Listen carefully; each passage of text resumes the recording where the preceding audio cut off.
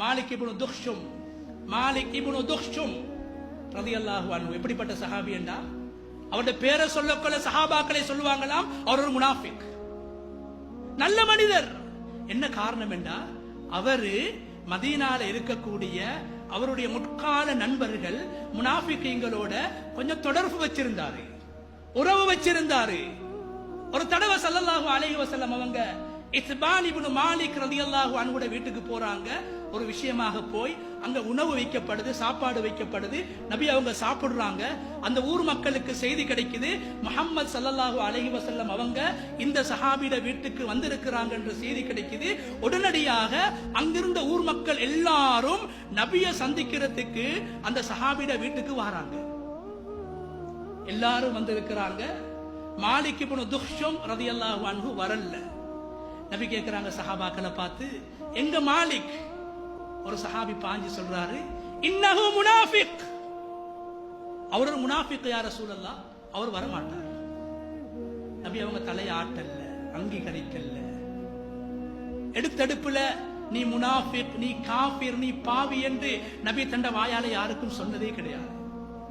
அந்த சஹாபி அவர் முனாஃபிக் யா ரசூலல்லாஹ், லா யுஹிப்புல்லாஹ வ ரசூலா, அல்லாஹ் ரசூல் அவர் விரும்ப மாட்டாரு, நேசிக்க மாட்டாரு, இங்க எல்லாம் அவர் வர மாட்டாரு, உங்களை பார்க்கிறதுக்கெல்லாம் வர மாட்டார். என்ன சொல்றாங்க சஹாபாக்கள்? அவர் உங்களுக்கு எதிரானவர், உங்களுக்கு எதிரான ஆள். நபி அவங்க கோவிக்கல்ல. சொன்னாங்க ஸல்லல்லாஹு அலைஹி வஸல்லம், அவர் கலிமா சொல்லி இருக்கிறாரே, லா இலாஹ இல்லல்லாஹ் என்ற கலிமாவை சொன்ன ஒரு முஸ்லிம் அல்லவா?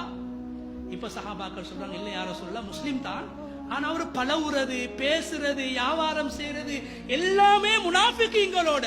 அதனாலதான் நாங்க சொன்னோம் அவர் முனாஃபிக். சுப்ஹானல்லாஹ். வெளிரங்கத்தை பார்த்து சொல்றாங்க. இப்ப சொன்னாங்க ஸல்லல்லாஹு அலைஹி வஸல்லம், இல்ல, யாரு லா இலாஹ இல்லல்லாஹ் என்ற கலிமாவை உண்மையாக உள்ளத்தால சொல்லுவாங்களோ அவங்களுக்கு அல்லாஹ் நரகத்தை ஹராமாக்கிட்டான். லா தசுப்பு அஸ்ஹாபி, எனக்கு முன்னால என் சஹாபாக்களுக்கு நீங்க ஏசக்கூடாது. அழகான பாவத்தை அழகாக தடுத்தாங்க. வெளிரங்கத்தை பார்த்து நீ முனாஃபிக், நீ பாவி என்று யாருக்கும் நபி அவங்க தீர்ப்பு வழங்கல்ல, நீ நரகவாசி என்று யாருக்கும் தீர்ப்பு வழங்கல்ல. அப்படியானவர்களையும் அவர்களும் திருந்த வேண்டும் என்று ஸல்லல்லாஹு அலைஹி வஸல்லம் அவர்கள் அழகாக கனிவாக நடந்து கொண்டிருக்கிறார்கள். அப்துல்லா அல் ஹிமார் ரலியல்லாஹு அன்ஹு மதுபானம் அருந்திவிட்டு வருகிறார்கள். கசையடி அடிக்கப்படுகிறது. இந்த நேரத்தில் ஒரு சஹாபி சொல்கிறார், அல்லாஹும்ம லஅன்ஹு, அல்லாஹ்வுடைய சாபம் இவனுக்கு உண்டாகட்டும், எவ்வளவு அடிச்சாலும் திருந்துறான் இல்ல, இவன் ஒரு குடிகாரன் என்று அந்த சஹாபிக்கு நபிக்கு முன்னால சாபம் இடுறாரு. இப்பதான் நபி அவங்க சொன்னாங்க, லா தல்அனு, நீங்க பாவத்தை வெறுத்தாலும் பாவிகளை வெறுக்கவானாம், மதுவை வெறுங்க, மது அருந்தக்கூடியவங்களை வெறுக்கிறவானாம், அவங்க மனிதர்கள். சொன்னாங்க நீங்க அவருக்கு சபிக்கவானாம். ஏன் தெரியுமா? ஃபைன்னஹு யுஹிப்புல்லாஹ வ ரசூலா, அவன் ஒரு குடிகாரனாக இருந்தாலும் பாவியாக இருந்தாலும் அவன் உள்ளத்துல ஒரு பக்கத்துல ஏண்ட அன்பும் அல்லாஹ்வுடைய அன்பும் இருக்குது. அல்லாஹ்வையும் ரசூலையும் விரும்பக்கூடியவன். தண்டனை கொடுத்து விட்டோம், சபிக்க வேண்டாம் என்று சொன்னார்கள் ஸல்லல்லாஹு அலைஹி வஸல்லம்.